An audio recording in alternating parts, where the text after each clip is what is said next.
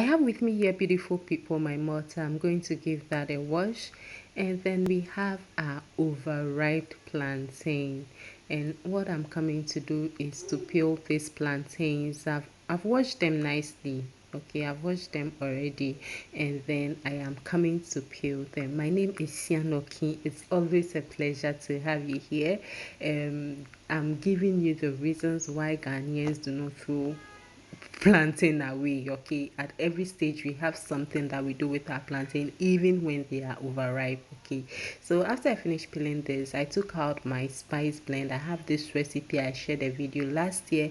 I'll link it in my description box for your convenience. Okay, so I'll let it thaw, and that is the spice I'll be adding to this. So there are various ways by which you can do this. You can first of all pound it. So that's what I'm doing. I'm pounding this in my mortar using my pestle. Then I will just take it out, and then second method that we can do with the same recipe, again it has to be an overripe plantain, is to mash it with either a potato masher, or mash it in your Edinburgh bowl, or even use your food processor. Okay, if you have a food processor, you can do it. If you have a powerful blender, you can use that to mash it. So these are the two ways I'll be demonstrating on the channel. Now when you forget to take your spice blend out early, you can just microwave for a minute and then it thaws, right? So that's what I'm going to add. This has pepper, ginger, sometimes onion, not all the times. Okay, I've added some pepper, and then I'm adding this some brown powder. You can add roasted corn, and some people do add corn flour, anything that is edible. But I think traditionally they use roasted corn flour, but I always have Tom Brown in this house, so that is what I used. So this is the mixture that you need for your tatale, for your Ofam, for your Kakro. Now we are starting with Ofam. Okay. Now with Ofam, we add palm oil to it. Traditionally, we add palm oil to it. That is what I just did. I'm going to give this a nice stir it nicely, and then I'll grease my baking pan with some of the palm oil. You can use any baking pan that you have. Okay, ceramic, yeah, anything. So after I greased it, I'm just going to pour this into it, and then I'll bake this in my oven under medium heat. It took about 25 to 30 minutes to get this. It looked like it was a bit overdone, but yeah. So I take it out, and I am just coming to take it out of my baking pan when it cools down. Okay, so that is what I'm doing. And traditionally you can have this with some peanuts. You can also have it with the bambara beans I shared yesterday, or any type of beans at all that you want. Okay, so that is it with our farm. Now there's using the same mixture with the exclusion of palm oil, the same mixture that I shared with the exclusion of palm oil.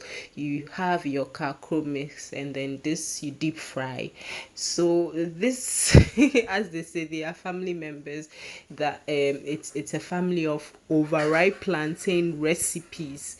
And yeah, basically because the processes of these are the same, that is how come I decided to combine all three together. This way videos from my archives that I'm just putting together, to bring you an idea of how this is done. So yes, you're going to deep fry this again under medium heat. If you do it under high heat, it is what's going to happen is going to burn on the outer, but it is not going to be done